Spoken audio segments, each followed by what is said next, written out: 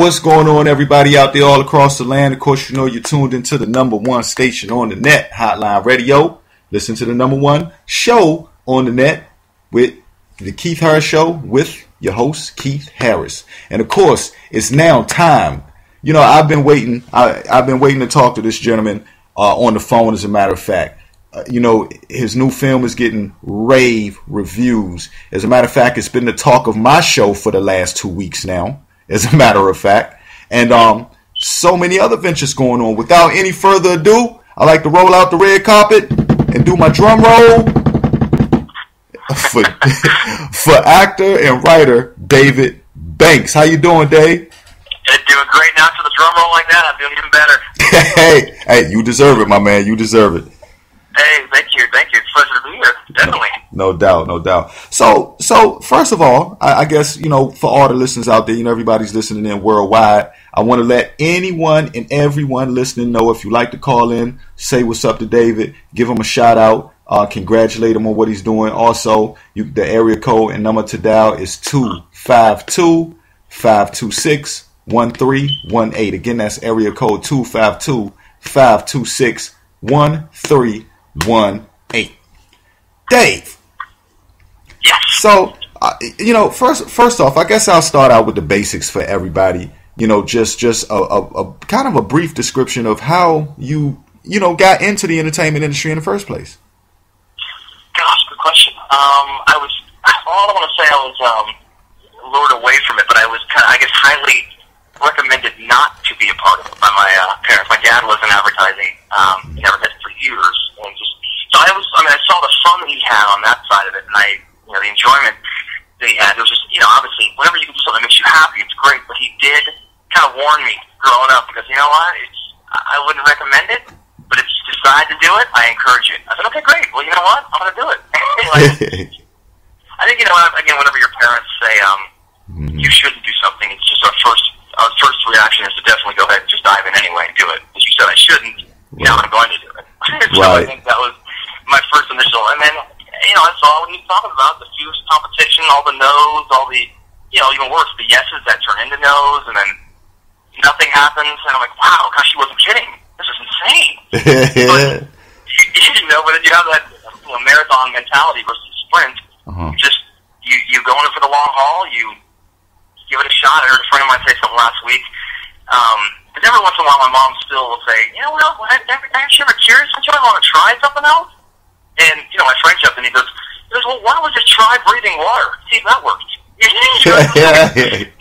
That's not even in the equation anymore. That's not even something that gets brought up. We just do it, we love it, and it's kind of a full-time obsession at this point, where you enjoyed it, you love it, and it's just, it kind of takes over. And it's just a lot of fun now after all these years. It's kind of to the point now where I'm like, this is what I'm doing. Right. Everything else is out. And you know what? And that's the thing too. This particular industry or field that you're in, even myself, a lot of people listen. First of all, our parents always say that to us. That's one of the main industries that they go, get a real job. You know what I'm saying? Yeah, exactly. And it kind of shoot it down. But I bet they're looking at you now and can kind of understand, how you stay focused, and your progress has been amazing. I mean, we're talking about 100 or more. First of all, we'll start with 100 or more commercials. You know what I mean? Thank you. Thank you.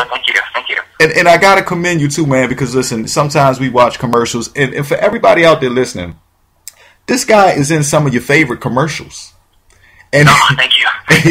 And some of your favorite personalities. Look, David, where does that charisma come from? And we'll talk about the roles that you're playing in a minute, but just that fun personality and the ability to be able to make those expressions and make us laugh, man. There's got to be some naturalness to that for you.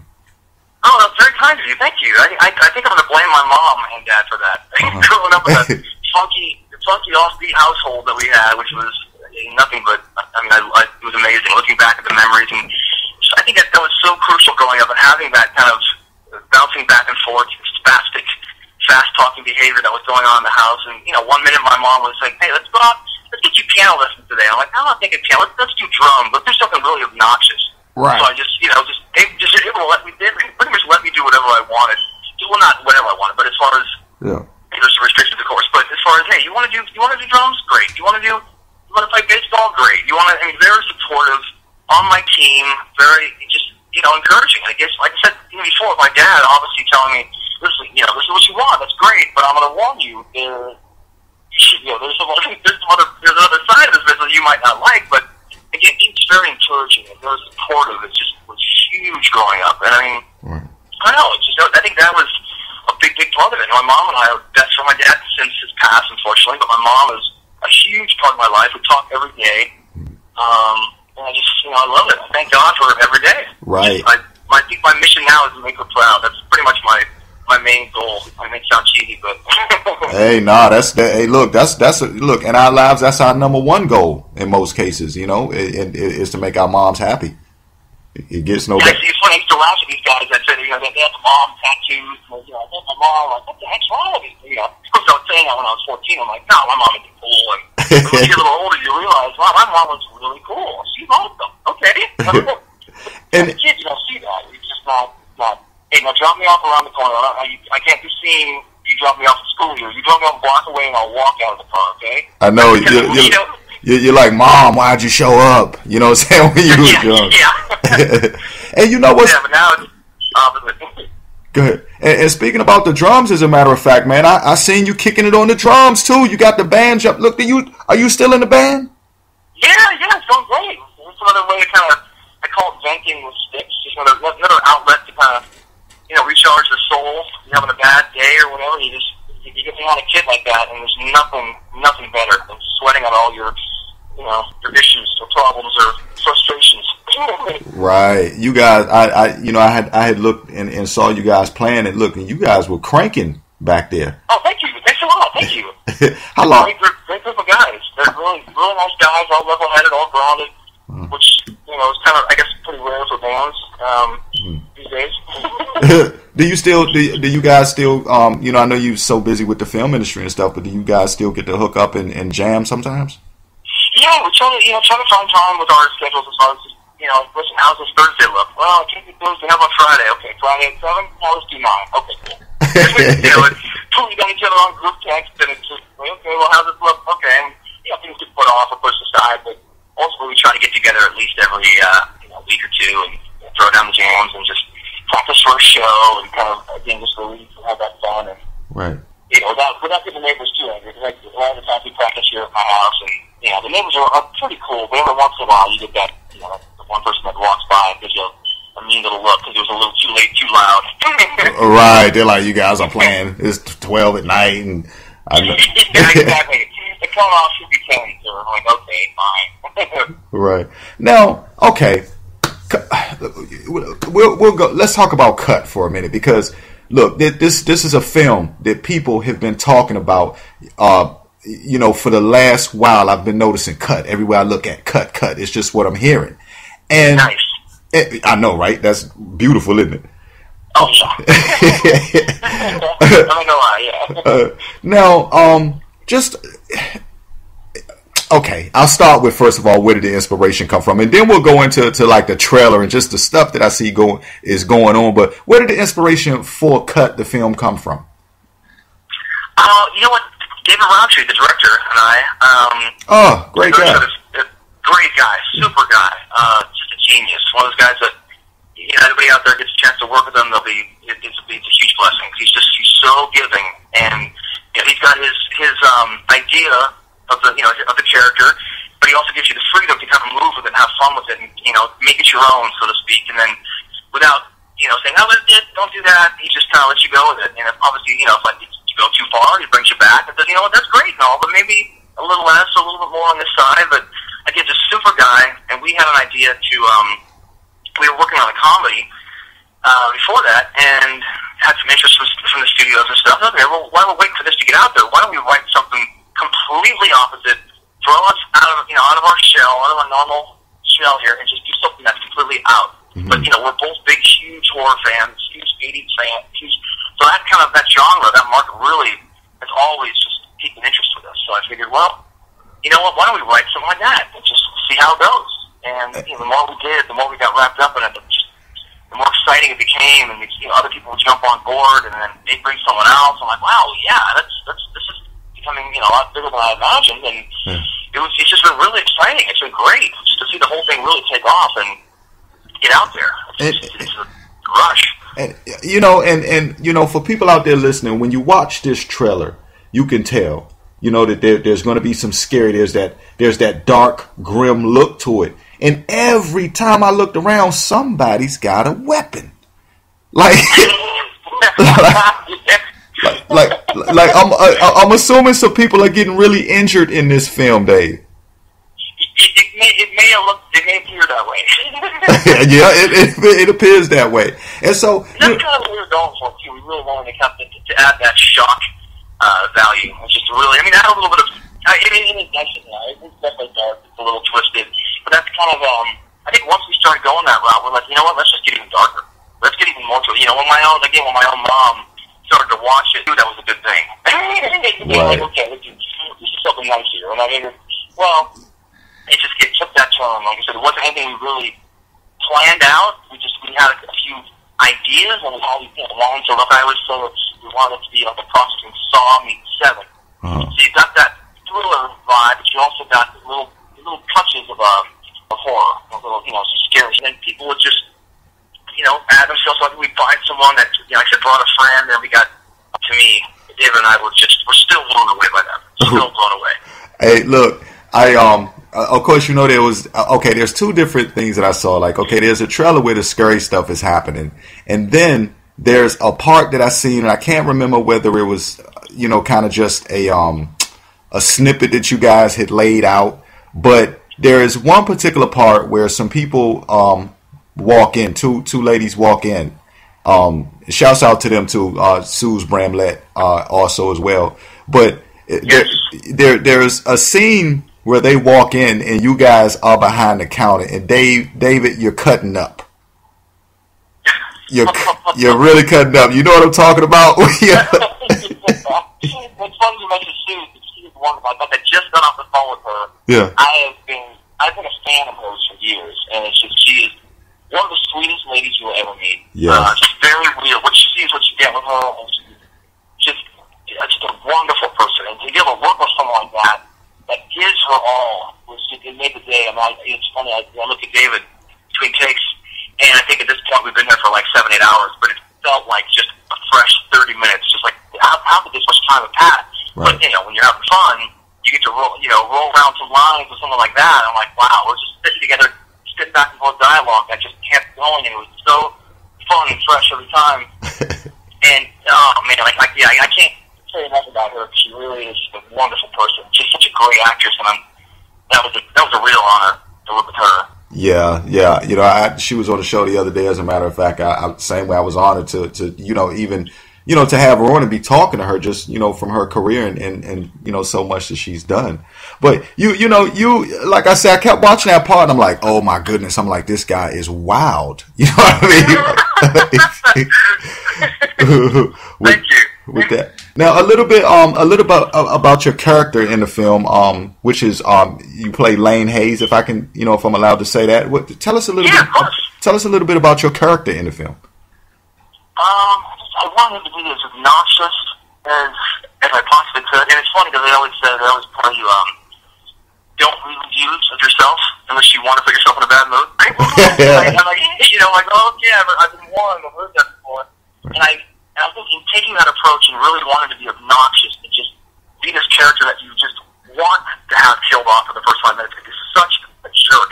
Right. I just went for that. I figured, okay, and then now after reading some of the reviews, people are pretty upset. I'm like, who's this guy? I can't stand this guy. And so I'm like, okay, cool. At first I took it personal. I'm like, what? They don't like me? And then second, I'm like, well, wait a minute. I guess that's kind of what I was going for. I should be happy. Okay, good. No, that's good. Let's keep reading. Right. And it's funny because I didn't really. I don't know. I think we always have to play something that's something out of the norm, I guess. I don't know. Maybe I am a very obnoxious, unlikable guy, but I think just playing a character like that was a lot of fun. It was stretched. It was a lot of fun. I think, okay, let's make him as vulgar and it's just annoying as I possibly can. You know what? But it brought people have to love it because it brought the flavor. It brought a lot of flavor, and I have to say, if you're the guy that people want to get, listen, in some films, I've seen people that you kind of want to get killed off, like you say, because you're like, okay, well, you know, this guy's just a butthead. But yeah. Right, but your character just had so much enthusiasm behind him that you need him throughout the film. You see what I'm saying? Like. Oh, nice. Thank you. Yeah, because it kept it live, and it kept that element that was necessary. So you were definitely necessary. I'm not gonna ask how far you made it through the film because I want everybody to make sure they go check it out. But everybody out there, you've got to see David in this. I'm telling you, you're gonna be like, this guy is wild. But thank you. But talk with that leading into just some of the commercials that you've done also, David. Like, you have this character that brings out it brings out the livelihoodness. When you came into the industry, is that kind of what you were focused on, or is that what you fell into? Is being this guy that could make the faces or could bring so much expression? Yeah, it's funny because I always I admired people like obviously the Jim Carrey, the rubbery faced kind of things that were going on, and growing up with that. And, I mean, Chevy Chase, watching Chevy Chase movies, Vacation and Fletch, all stuff.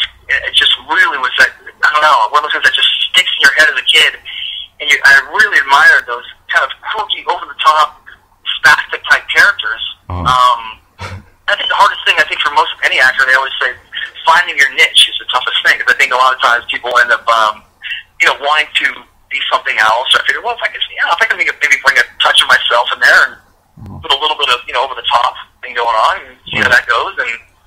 But yeah, I guess that's kind of that. Just growing up with that kind of humor and that kind of comedy stuff around all the time was really right. Hey, I gotta ask you, how was it doing the butt naked role in front the commercial? Oh, it's funny. I didn't even know that was going to be the thing, so I went to the callback. I said, listen, just so you know, this character is actually going to be pretty much naked.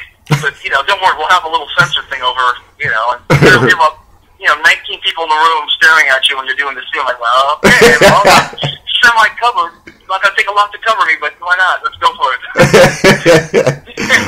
Oh, man. That was a fun little, that was definitely a lot of fun. And I think it's weird that these commercials kind of go in shifts where you'll notice, usually it's a trend thing going on. I think, like 5 years ago, it was the very over-the-top, quirky guys. And then for a few years, it was what they called deadpan. So a lot of it was really dry, like, hey, what's up, Bob? Hey, Rhonda, how you doing? Good.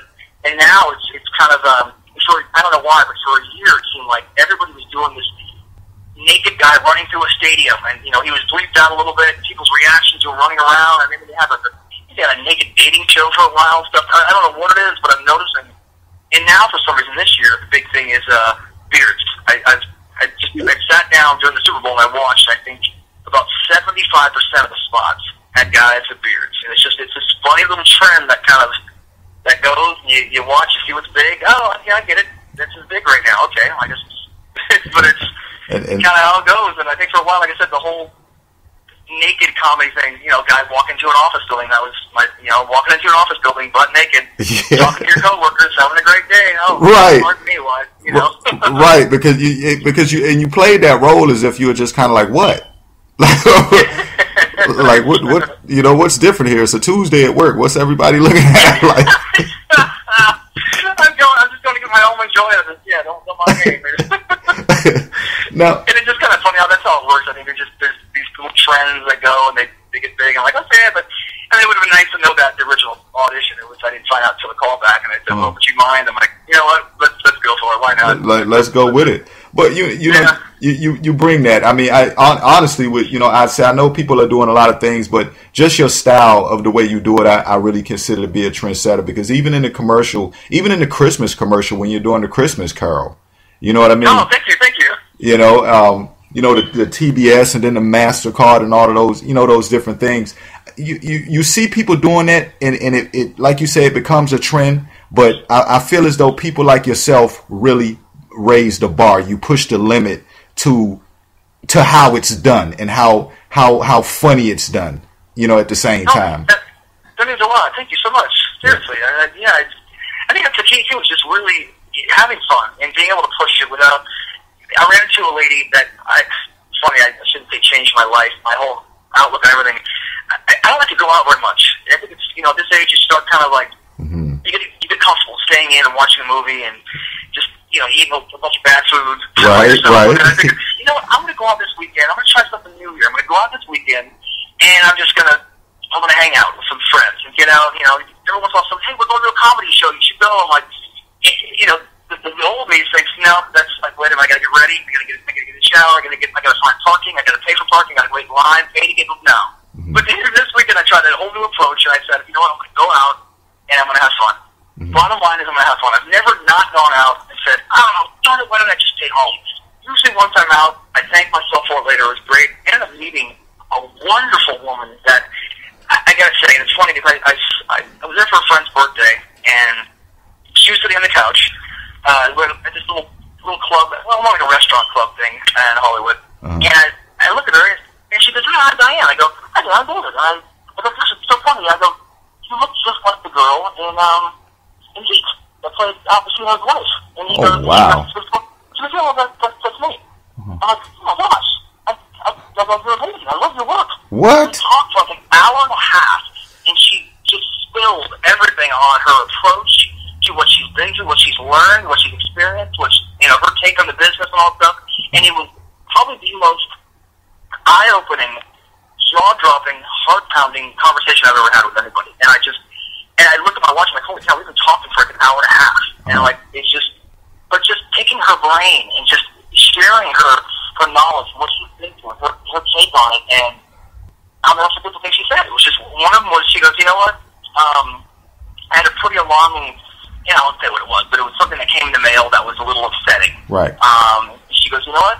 I took my daughter in the room with me, and I looked at the letter, and we both laughed at it for a minute straight. Just laughed at it, at this bad news that came in the mail.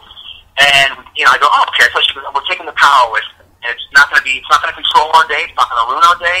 And I'm just going to laugh at it. That's all this is. We're taking the power away from it. And of course, 2 days later, she gets another letter in the mail saying, hey, I'm sorry, we made a mistake.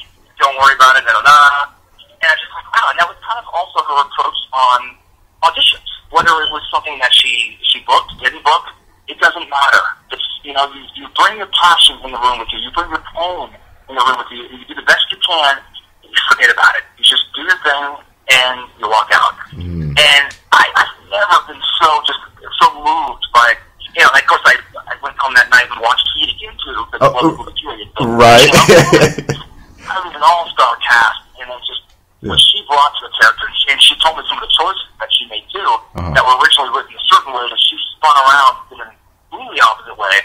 And Michael Mann, the director, said, "Wow, I love it. That's great." Right. But I think when you're that bold and you make choices from the heart that you really feel strong about and you believe in, they're not going to say no. I mean, this is what I feel. This is what I want to do. This is my choice. I mean, of course they can say no, but I think if you're passionate about it, you really feel it. You bring your, everything involved, everything with it. I think you can't deliver anything but magic. Right. And it's just, it was amazing. And like you say, when when you deliver the passion, there's a truthfulness to it, and it's really undeniable. And yes. And speaking of that, other people also felt like you did that because you won at the Independent Television Independent Television and Film Festival. Excuse me, you won Best Actor in an Action Thriller for Cut. Yeah, that was a definite honor. That was great. So then when I read that, I'm like, oh, okay, it's not me. You like, is that you? Yeah, that's me. Okay. Yeah. Well, I think enjoying the ride, having fun. And I think the minute I kind of decided to do that, just have fun and do whatever happens. I'm just going to enjoy this whole thing. I was driving home today, and I just, out of the blue, I just started thanking God. I said, God, thank you so much.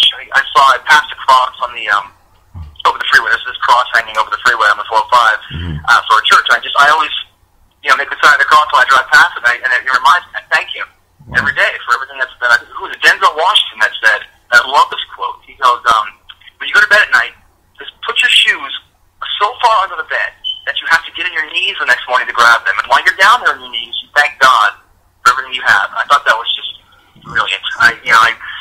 Because I think a lot of us, unfortunately, we don't really take the time to really give thanks for what we have and who we're around, whether it's our friends, our family, or I I think a lot of times we spend time kind of worrying about what we don't have, and like, oh, I wish I did have this. And of course, it's hard to do that. You drive by these houses that are 5 times the size of yours, and it's a little hard not to think, oh man, that'd be kind of nice to drive over that. But right, you just again, you give thanks to what you got. Right, and a lot of people, like you say, a lot of people give thanks or wish they had given thanks at the time when they're in need. But then when everything's, golden and going great, a lot of times people forget to be thankful, for the position that they were in and granted to be into a next position. So you're right about that. Absolutely. Yeah. I mean, things can obviously change just like that. Now look, what about Love Sick Fool? Because you're doing voiceovers in Love Sick Fool. Yeah, that was a fun project as well. It was something we Gene Garofalo, Fred Willard. Vita. That was a blast. Yeah, and that because I had been hearing about that some time ago. As a matter of fact, I had spoke to Vita Jafari. As a matter of fact. Oh, Vita's great. Yeah, she's wonderful, isn't she? Yeah, she's amazing. Big shouts out to Vita Jafari. I love her. She's got so many great things going on. It's just another one of those really positive people that, it's funny because her name I kept running into her and hearing about her. You gotta meet me. I'm like, okay. And it's just one of those people that, and this really is a small town. It's funny, it doesn't seem like that when you leave, you go to LA, you leave LAX and you leave LA, you look down on it, you're like, oh my gosh, this is a huge town. But when you're right in the middle of it, smack dab there, it's a pretty small town where everybody really kind of eventually knows everybody. And, you'll know someone that knows someone else. But hey, my friend don't. I'm like, okay, and just right. I kept hearing about her. I ran into her, and we ended up working together on Love Sick Fool. Different days, we did different voices. So she was there on a different day than I was, but then I ran into her at an event, and then since then I ran into her 3 or 4 times, and we still stay in touch, and again, just a very talented girl as well. She's awesome. Right. Now with Cut, when can when is, as a matter of fact, is Cut out on Amazon or Netflix, or can people check it out now? Absolutely, yeah. It's actually it's on the Netflix in queue. You can go in the DVD section and put it in your queue. It's also on Cox, Xfinity, Fios, and Amazon as well. You can buy it on Amazon too. Okay. Yeah, man. Look, and everybody out there listening, make sure you do what I'm doing right now. Write that down. Okay. Thank you. Yeah, I'd love to see what hear the thoughts. That's the kind of the beauty of today with the the social media and stuff. You can kind of find out pretty quickly who's seeing it, who's watching it. And, people write you, or they add you, and they have comments, good or bad. I'll take them both. Right. And you know what? Also, just like you just said, people also, you can check out the film and go to my site on the Hotline Radio station. Look, that's something I want to get people to do. Also, after the show, or whenever you get a chance, when you get home, or, if you're listening in your car, go leave comments and things like that about the film. Watch it, check it out, because it's going to be great. There's some things going on. Look, I've got to see it because I'm still, I see so much going on, and I'm like, okay, I know somebody's getting their throat cut. I know people are going to get hit with hammers. And you guys are saying that you put this twist to it, though, where where not so much of that is going on, but it's kind of like you're expecting it to happen. So it's a real thriller. And I think that's going to keep people on the edge of their seats. Right? Yeah, that's what I'm hoping too. Exactly. It's just one of those things where instead of just taking the horror route, we wanted to make it more of a thriller with a little touch of the horror and all that stuff to keep them happy. Because, there's a lot of horror fans out there. I'm one of them. And we didn't want to upset anybody because I think you've seen it before. You've run into a horror movie expecting to have the shock and the terror, the twist, and the blood, and then it becomes more of a thriller. You're kind of a little, I don't say bummed out, but it wasn't what you thought. So we wanted to kind of try to keep everybody happy as best we could. Right. Now, before we get out of here, let everyone know, can they follow you on Twitter or Facebook or the different social media sites they can keep up with what's going on? Yeah, absolutely. Yeah, I'm on, my Twitter handle is Dynamite Dork. Terrible name, I know. Oh, wait, say it. Wait, say it again, because that way people can get it clearly. Oh, yeah, Dynamite Dork. Okay. For the Twitter. And then, you can go to my website, which is DavidBanksOnline.com. There's a link on there that'll bring you to the Twitter or to Facebook or anything else, in IMDb. And yeah, I'd love to hear from anybody. That'd be great. Just let me know, give me your thoughts. And we're actually working on, I don't know if I should say this or not yet, but David Roxy and I are actually working on Recut, which is the sequel to Cut. So what? We're taking everybody's inputs and comments and things they'd like to see more of, less of. It's on the table right now, so we're really kind of excited to see what people want to see more of. Maybe it's less of me, maybe it's more of, hey. He said less of you. Dave, you're crazy. Yeah. I don't think it's going to look. I don't think it's going to be less of you by any means. I mean, you're kind of you're on top. You're controlling the boards right now, so we definitely look forward to seeing more of you. Absolutely. Look, and I'd love for you to come back on, man. Look, since I would love that, Keith. I would love it. Absolutely. Absolutely. We got a lot in common. I think we got a lot to talk about. I'd love to. Of course, man. Look, and especially, with Recut coming, I can't listen. Just the name, the title itself. I'm like, Recut. Okay, all right. So we're looking forward to that. And look, are you still going to be doing commercials and stuff? Yeah, absolutely. It's kind of my I don't know. Some of my friends don't see me all the time, but that to me is one of my favorite things. It's fun. You get a chance to be expressive, be yourself for a day, maybe two, and then it's just. And you meet some wonderful people. I've met some really nice people, some great directors doing that. And a lot of these directors, it's funny, they do this when they're not doing big films or other projects. They do commercials. And it is a lot of fun. You get to work with some great people. To me, I've always enjoyed it since I was a kid. When my dad being an advertising agent, he threw me my first spot when I was 10. He kind of gave me a sample, and I've been hooked ever since. So I'm like, well, yeah, I'm going to be doing this for a while. I love it. I enjoy it too much not to. But look, before we get out of here, there's, one thing I want to definitely say to you is that and me in particular, and I'm sure a lot of people, I speak for quite a few people when I say this, one of the reasons that we, that I like what you bring to the table, and I'm sure a lot of people who watch you do, is because you bring uniqueness. As a character to this industry. And when I say that is there are a lot of people who bring, the funny element or like you say, the flexible face and just those different things. There are people who do that, but there's not too many people who can move us with doing it. I mean, you speak of somebody like Jim Carrey. We don't get those people every day. You know what I mean? Right. So somebody like yourself, and this is in no way putting you in his shoes, because you definitely hold your own weight. But basically what I'm trying to say is we appreciate what you bring to the table because you keep that real entertainment side going to us. You bring us something that not everybody can do. You know what I mean? I appreciate you saying that because that means a lot. I think for any artist to hear that, obviously we're all unique individuals that are a little bit, I guess, sensitive. We are sensitive side, so to know that, someone's enjoying it means the world. It means that I don't think I'll ever get old. And then if someone says, hey, don't tell me that, it's like, really? What's wrong with you? Right. It feels great to know that, hey, this is the right thing, and this is, if you're touching someone out here, it's a great feeling. It really is. Right. You stand out. You stand out, in other words. And thank you. Thanks a lot. That's an absolute big deal. So listen, keep doing what you're doing. We enjoy the entertainment. Look, the commercials. I'm not a heavy commercial dude. A lot of times I'm waiting for the commercials to go off. But when I think a lot of us do that. We fast forward. Okay, right. But when the cable thing 30 times, it's fast forward. Exactly. But when I look and I see those commercials that you're in, those are the ones that people are laughing at. During the time. Like, if we've got to watch them, we want to see those. And so we thank you for doing that too, man. You're just killing it all the way around the board, David. Oh, thank you so much. People hearing that again just motivates me to bring even more of my A game. I love hearing that. That means a lot, Keith.